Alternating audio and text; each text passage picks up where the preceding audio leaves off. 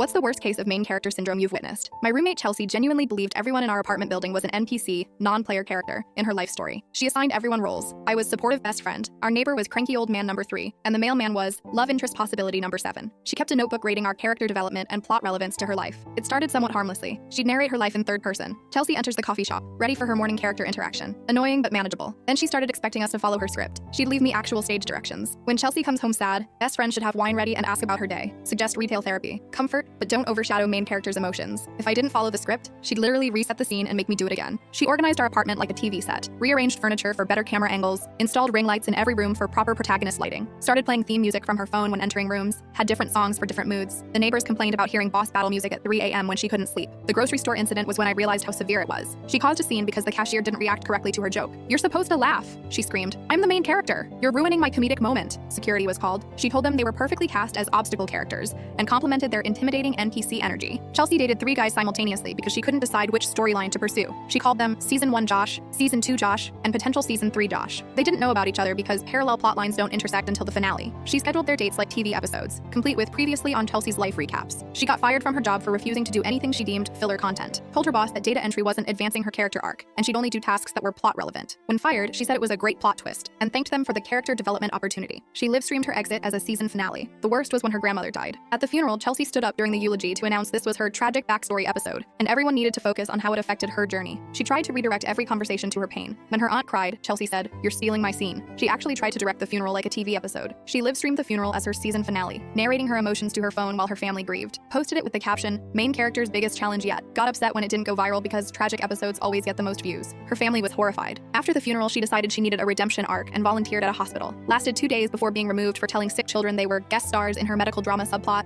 and asking terminal patients to make their deaths meaningful for her character growth. The hospital banned her from the premises. Her rock bottom came when all 3 Joshes found out about each other. They confronted her together. Instead of apologizing, she said, "This is perfect," a dramatic confrontation scene, and started recording. When they left, she chased them saying they couldn't leave because the scene wasn't over. Season 1, Josh filed a restraining order. She framed it, calling it her first legal document prop. I moved out after she submitted my diary to Netflix as a companion guide to her series. She'd been secretly recording our conversations for behind-the-scenes content, and had pitched our apartment as a reality show without telling anyone living there. When I left, she accused me of breaking character, and posted an actual casting call for my replacement. Chelsea now lives alone, still live-streaming her life to 12 followers. They're all bots she paid for, but she doesn't know that. She refers to them as her audience, and polls them on major decisions. Last week, I saw her at a cafe, alone, narrating to her phone. The main character sits mysteriously in the corner. The cafe has a sign specifically for her. No recording or narrating. This means you, Chelsea. Her parents staged an intervention. She treated it like a special episode, and wore a formal dress because intervention scenes require dramatic wardrobe. The therapist says it's the worst case of main character syndrome she's ever seen. Chelsea took it as a compliment.